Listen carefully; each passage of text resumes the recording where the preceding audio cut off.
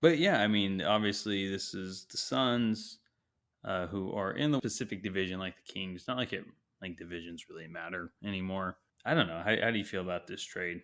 I'll give you an answer, but I want to preface it by saying that it's like what they have 5 guys on their roster right now. Yeah, they have Durant, Booker, Beal, Ayton, Cameron Payne. Those are the only guys actually signed for a contract next year. Right. So it's very early. Even for the Kings, there's a ton of decisions to be made that we will discuss some of them in a bit, but it's so early to tell. But just, you know, I would say one of the things that's concerning for Kings fans probably is you see something like this where, okay, they only have 5 guys on their roster, but they have arguably 3 of the best scorers in the NBA, backed by one of the best big men in the league in Ayton. That is a shining light for 1 year deals, veterans coming in, guys that want to just come in and really get that chance at a championship, a la what you saw with the Warriors, probably more when Durant was there. And I mean, how fitting. But, this team, I think, is going to attract a lot of free agents. And obviously, I think that the Kings, especially if they pull off some of the moves that they're aggressively pursuing, like, I still think the Kings have a chance to be better by the end of the regular season. I mean, you talk about the injury concerns and the availability concerns of Durant and Beal. You get into things like, well, the Kings really have an advantage. I mean, they were one of the healthiest teams last season in the league. So you already see that 82 games of the regular season, the Kings they have a very good chance of finishing ahead of the Suns. But come playoff time, you have that kind of star power. You have that kind of offense, that many options to go to.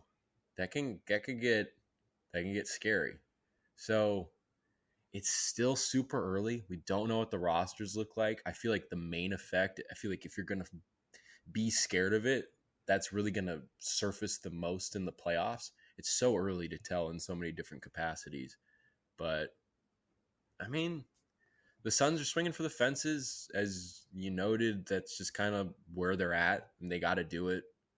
I think if I were a Suns fan, especially after years of like just being like really bad forever and maybe arguably not even making much of an effort to swing for the fences, as it were, to just see them in a position where they have to do that and they're doing it like in a way that's, people are admiring the Beal trade. They're admiring the fact that it was not just a Bradley Beal, but a Bradley steal, some people think, with the way that the trade went down and what they got in exchange.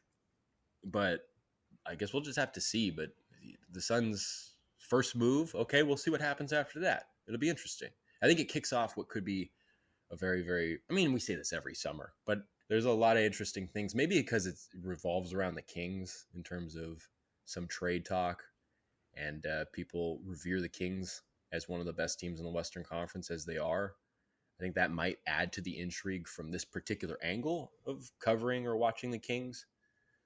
So maybe it does mean a little bit more when I say, like, there are a lot of interesting things to look for this offseason. It could be a very riveting chain of events. Mm-hmm. But that's kind of the big picture. Again, to answer your question, like, it's just like, it's too early to tell, but it's a good first move for Phoenix, and it'll be interesting to see how the Kings and other teams in the conference respond.